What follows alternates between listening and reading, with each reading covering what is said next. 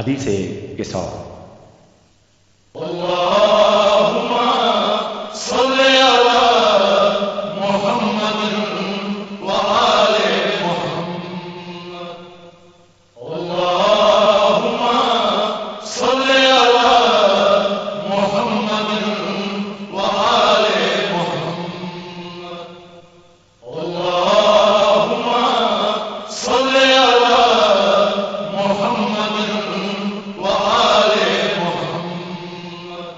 بسم الله الرحمن الرحيم. عن جابر بن عبد الله الأنصاري عن فاطمة الزهراء عليها السلام بنت رسول الله قال: سمعت فاطمة أنها قالت: دخل علي أبي رسول الله في بعض الأيام فقال: السلام عليك يا فاطمة. فقلت: عليك السلام. قال: إني أجد في بدني ضعفا. فقلت له: أعيذك بالله جاوبتاه من الضعف. فقال: يا فاطمة ائتيني بالكساء اليماني فغطيني به. فأتيته بالكساء اليماني فغطيت به، وصرت أنظر إليه وإذا وجهه يتلألأ كأنه البدر في ليلة تمامه وكماله. اللهم صل على محمد وآل محمد. فما كانت إلا ساعة وإذا بولدي الحسن قد أقبل وقال: السلام عليك يا أماه. فقلت: وعليك السلام يا قرة عيني وثمرة فؤادي. فقال: يا أماه إني أشم عندك رائحة طيبة كأنها رائحة جد رسول الله. فقلت: نعم، إن جدك تحت الكساء. فأقبل الحسن نحو الكساء وقال: السلام عليك يا جداه يا رسول الله، أتأذن لي أن أدخل معك تحت الكساء؟ قال: وعليك السلام يا ولدي ويا صاحب حوضي، قد أذنت لك. فدخل معه تحت الكساء. اللهم صل على محمد وآل محمد. فما كانت إلا ساعة وإذا بولدي الحسين قد أقبل وقال: السلام عليك يا أماه. فقلت: وعليك السلام يا ولدي ويا قرة عيني وثمرة فؤادي. فقال لي: يا أماه إني أشم عندك رائحة طيبة كأنها رائحة جد رسول الله. فقلت: نعم، إن جدك وأخاك تحت الكساء. فدنا الحسين نحو الكساء وقال: السلام عليك يا جداه، السلام عليك يا من اختاره الله، أتأذن لي أن أدخل معكما تحت الكساء؟ فقال: وعليك السلام يا ولدي ويا شافع أمتي، قد أذنت لك. فدخلا معهما تحت الكساء. اللهم صل على محمد وآل محمد. فأقبل عند ذلك أبو الحسن علي بن أبي طالب وقال: السلام عليك يا بنت رسول الله. فقلت: وعليك السلام يا أبا الحسن ويا أمير المؤمنين.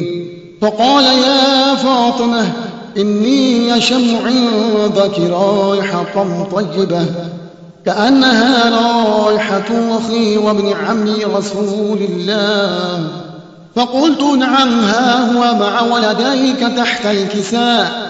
فأقبل علي نحو الكساء وقال السلام عليك يا رسول الله، أتأذن لي أن أكون معكم تحت الكساء؟ قال له وعليك السلام يا أخي ويا وصي وخليفتي وصاحب لباي، قد أذنت لك. فدخل علي تحت الكساء. اللهم صل على محمد وآل محمد. ثم آتيت نحو الكساء وقلت السلام عليك يا أبتاه، يا رسول الله، أتأذن لي أن أكون معكم تحت الكساء؟ قال وعليك السلام يا بنتي ويا بضعتي، قد أذنت لك. فدخلت تحت الكساء. اللهم صل على محمد وآل محمد. فلما اكتملنا جميعا تحت الكساء أخذ أبي رسول الله بطرفي الكساء وأومأ بيده اليمنى إلى السماء وقال اللهم إن هؤلاء أهل بيتي وخاصتي وحامتي، لحمهم لحمي ودمهم دمي، يؤلمني ما يؤلمهم ويحزنني ما يحزنهم. أنا حر لمن حاربهم وسل لمن سالمهم وعدو لمن عاداهم ومحب لمن أحبهم. إنهم مني وأنا منهم، فاجعل صلواتك وبركاتك ورحمتك وغفرانك ورضوانك علي وعليهم، وأذهب عنهم الرجس وطهرهم تطهيرا. اللهم صل على محمد وآل محمد. فقال الله عز وجل يا ملائكتي ويا سكان سماواتي، إني ما خلقت سماء مبنية ولا أرضا مدحية ولا قمرا منيرا ولا شمسا مضية ولا فلكا يدور ولا بحرا يجري ولا فلكا يسري إلا في محبة هؤلاء الخمسة الذين هم تحت الكساء. فقال الأمين جبرائيل يا ربي ومن تحت الكساء؟ فقال عز وجل هم أهل بيت النبوة ومعدن الرسالة، هم فاطمة وأبوها وبعلها وبنوها. اللهم صل على محمد وآل محمد. فقال جبرائيل يا ربي أتأذن لي أن أهبط إلى الأرض ليكون معهم سادسا؟ فقال الله نعم قد أذنت لك. فهبط الأمين جبرائيل وقال السلام عليك يا رسول الله.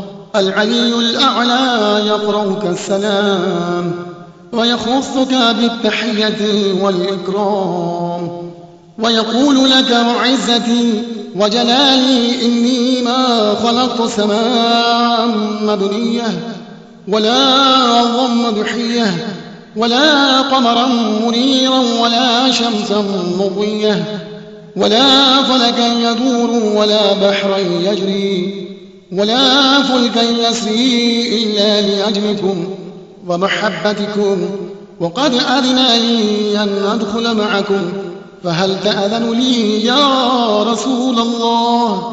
فقال رسول الله وعليك السلام يا أمين وحي الله، إنه نعم قد أذنت لك. فدخل جبرائيل معنا تحت الكساء. اللهم صل على محمد وآل محمد. فقال لأبيه إن الله قد أوحى إليكم يقول إنما يريد الله ليذهب عنكم الرجس أهل البيت ويطهركم تطهيرا. اللهم صل على محمد وآل محمد. فقال علي لأبي يا رسول الله أخبرني ما لجلوسنا هذا تحت الكساء من الفضل عند الله. فقال النبي صلى الله عليه وآله والذي بعثني بالحق نبيا واصطفاني بالرسالة نجيا ما ذكر خبرنا هذا في محفل من محافل أهل الأرض وفيه جمع من شيعتنا ومحبينا إلا ونزلت عليهم الرحمة وحفت بهم الملائكة واستغفرت لهم إلى أن يتفرقوا. فقال علي عليه السلام إذا والله فزنا وشيعتنا ورب الكعبة. فقال أبي رسول الله صلى الله عليه وآله يا علي والذي بعثني بالحق نبيا واصطفاني بالرسالة نجيا ما ذكر خبرنا هذا في محفل من محافل أهل الأرض وفيه جمع من شيعتنا ومحبينا وفيهم مهموم إلا وفرج الله همه ولا مغموم إلا وكشف الله غمه ولا طالب حاجة إلا وقضى الله حاجته. فقال علي عليه السلام إذا والله فزنا وسعدنا وكذلك شيعتنا فازوا وسعدوا في الدنيا والآخرة ورب الكعبة. اللهم صل على